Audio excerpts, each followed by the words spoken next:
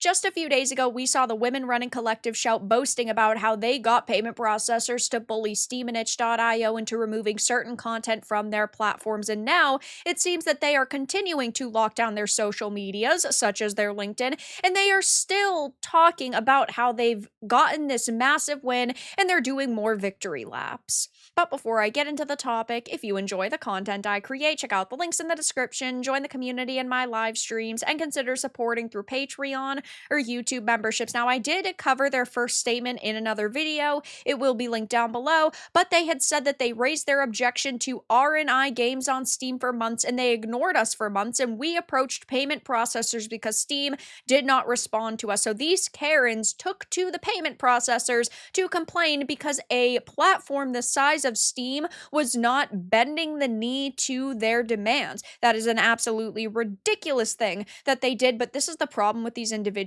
is that they want power and they want control, and when they get a taste of it, they will not let up. They will constantly be craving more, and so they thought, we got no mercy removed from platforms, let's continue to push the limits, and now there are hundreds to thousands of games that have been removed off of itch.io and Steam because of this situation.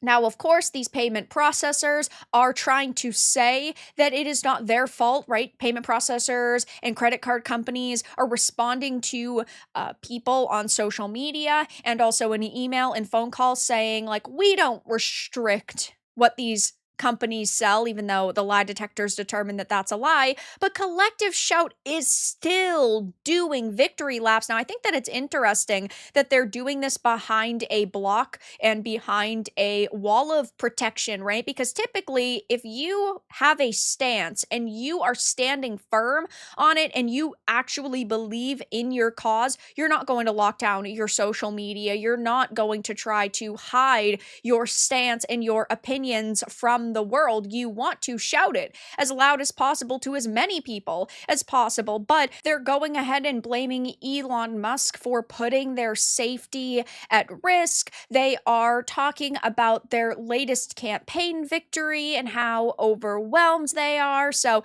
there's quite a few statements here. Let's get into the first one. We welcome itch.io's announcement following our calls to take down games promoting R and S violence against women. Itch.io has revealed its new adult content guidelines following the de-indexing of all its NSFW content due to pressure from payment processors. What I think is interesting about this statement is that just a couple of days ago, they were basically saying that, oh, it's not our fault that itch.io removed all the content from their platform. You should be mad at them, not us. They said, we called on itch to remove R&I games that we argued normalize violence and abuse of women.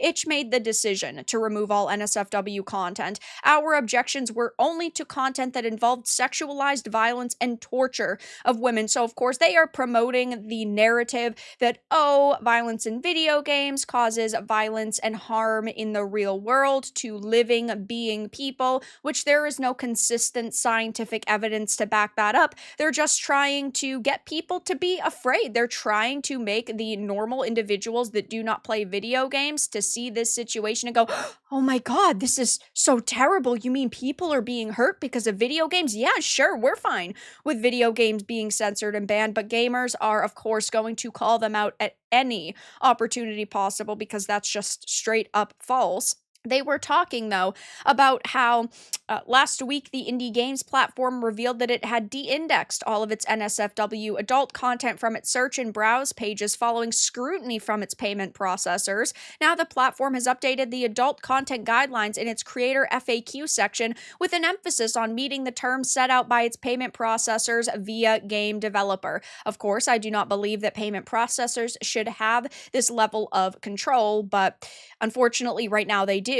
We don't allow hosting content that includes sexualized images or videos of real-life humans. It states under its adult content allowed section, fictional, illustrated, and rendered content is generally fine, assuming it is legal. AI-generated imagery that is designed to resemble photographic content of real people is not allowed. So they are saying this, but at the same time, they are also stating that content glorifying sexual violence is not permitted. Of course, depiction of minors or suggested minors in this context are not allowed and will result in account suspension. But they removed every single piece of NSFW content from searches. They de-indexed all of them, and it could take weeks to months for them to get through them and decide which ones are allowed to stay on the platform and which ones are not allowed to stay on the platform. If you are an indie developer and your game got de-indexed, there is a likely chance that right now you are not making any money, because when a game is de-indexed, that means you are relying on people knowing the name of your game and specifically searching it out and specifically purchasing it. And for indie developers, a lot of the times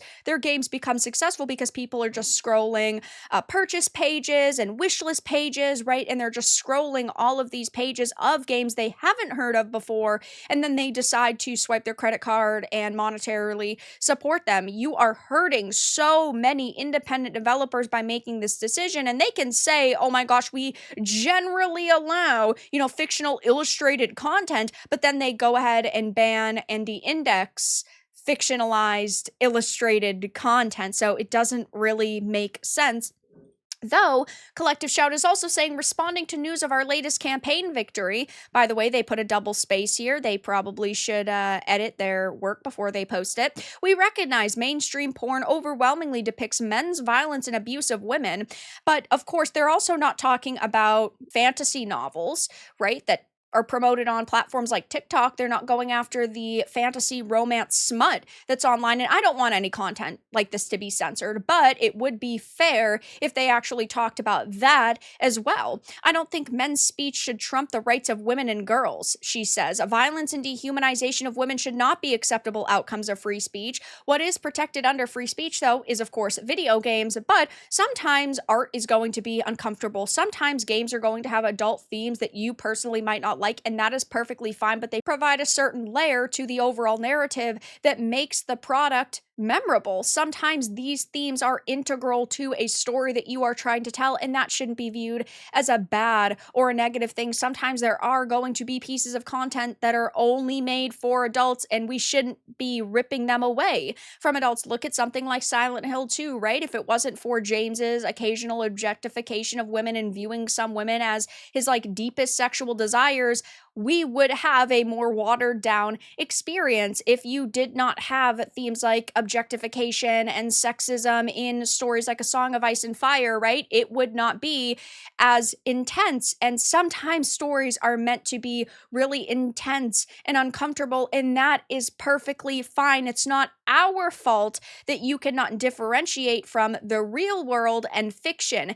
We should not have our entertainment ripped away from us because these lunatics cannot differentiate. They also actually went on to talk about how apparently Elon Musk's actions have put them at a greater risk simply because he has been talking about this situation. The Collective Shout founder Melinda Tankard Rice said her group will not be silenced by gamers' threats or abuse. Of course, if you criticize their actions or you talk about their actions online, they view that as threats and abuse. And I'm not saying that there are no gamers at all who have crossed that line, but be professional, be respectful, because they want you to be mad. They want to be able to use your words against you and paint you as disgusting degenerates, because all they want to do is dehumanize gamers and actually be able to play the victim more convincingly, right? They said, predictably, misogynistic gamers have come out in full force in defense of their access to R, I, and C games. They have unleashed a torrent of abuse and threats of violence against the women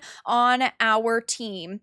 She also goes on to say that Musk's actions have fueled threats of violence, harassment, and digital abuse of our all-female team across all our platforms and forced us to take extra measures for our personal safety. And of course, I hope nothing actually happens to these women. But on the flip side, you can't make posts on social media about how you are happy that you are getting entire industry censored. There are billions of gamers worldwide that spend billions of dollars on video games every year. This is the largest form of entertainment in the world right now. You can't sit here and truly expect to face no backlash over your decisions. And I don't think that we need to put all of the blame on Collective Shout, because I think that payment processors and credit card companies wanted to push this anyway, and they are just using Collective Shout as sort of a path for gamers to voice how unhappy they are instead of just aiming it at Visa or MasterCard. But I do think that they do still deserve some backlash, because they are sitting here saying that we got this major win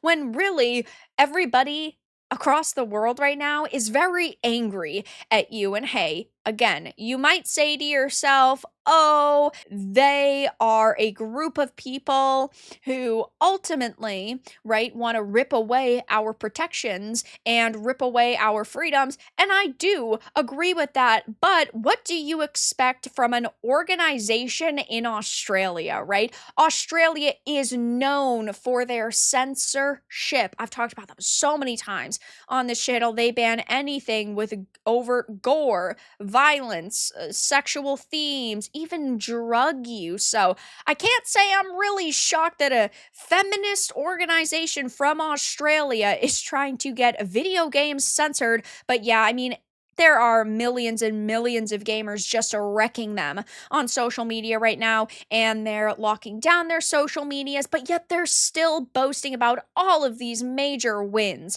that they've got. So I'll definitely be keeping my eye on this situation and on Collective Shout. It doesn't seem like they, of course, are going to back down or revert what they've done, right? They're not going to say, you know what, maybe we took it a step too far, we apologize. They're just going to double, triple, and quadruple down, because they have gotten ultimately this win. But I still think that they are in for a very rude awakening, because gamers are willing to protect their hobby tooth and nail, and we are willing to post on social media every single day about how terrible this organization and the women in it are. But that's all that I really had to discuss in this video. Let everyone know your thoughts in the comments below. If you enjoyed this and found it important and informative, make sure to give it a like, and if you didn't, give it a dislike. I appreciate your support either way, but I'll talk to you all again in the next video really soon.